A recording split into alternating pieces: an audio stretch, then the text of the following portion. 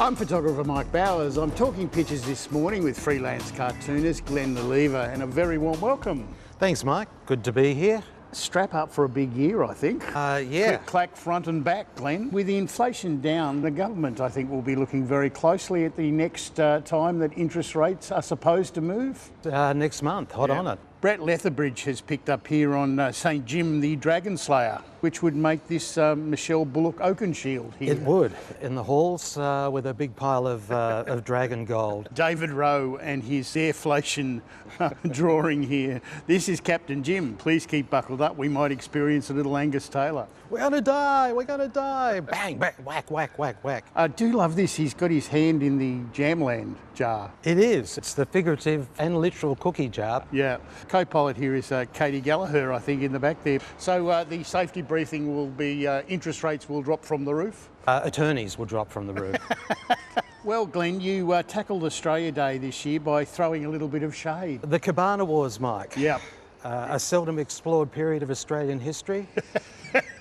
For all the colonists out there, if you're determined to claim a patch of sand that isn't yours, Albo says it's un-Australian. It's un-Australian, yep. I did love this David Pope. David's done the election launch pad with Peter Dutton and David Littleproud and Susan Lee. Elon, I shoehorned you into an Australia Day speech. Well, Elon, we announced Doge too, Elon. Any chance of a retreat, Elon? Oh, aren't they adorable? They prairie dogs. Martian prairie dogs, maybe. Susan did compare the arrival of the First Fleet to the colonising of Mars. Right. Which is very bad news for any Martians out there.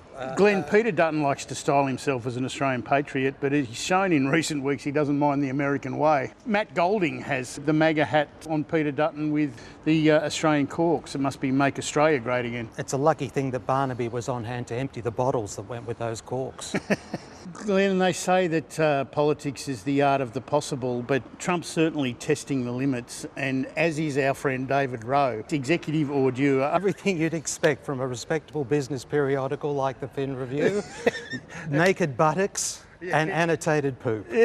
I do love the tattoos. He's got a Hegseth tattoo here. And famous mad cartoonist called Bill Elder used to describe the extraneous background detail as chicken fat. And David is the king. King of chicken fat. Of chicken fat. Yeah, I do love the GOP elephant here is turning on the valve that seems to be controlling the ordure. There she blows. Megan Herbert has picked up that there do seem to be a lot of hands inside the Trump puppetry. Well, I thought these arms were surprisingly buff for a bunch of tech nerds and billionaires. I mean, they should be like noodles or pipe cleaners or something.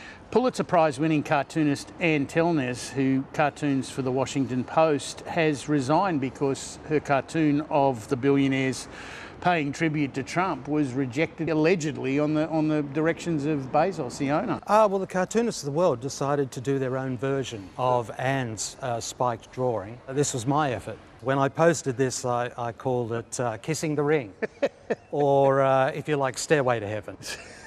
Very disturbing, mate. So does the gold escalator run all the time? Oh, 24/7.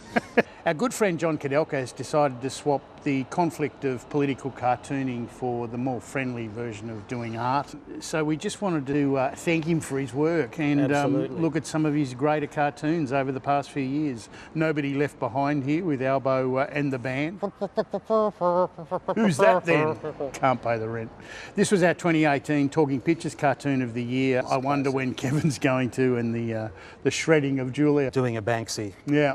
And he kind of worked as the Tasmanian tourism minister, didn't he? I have very demanding dishes. only the finest. Tasmania is awful. Tasmania is awful. Never come here.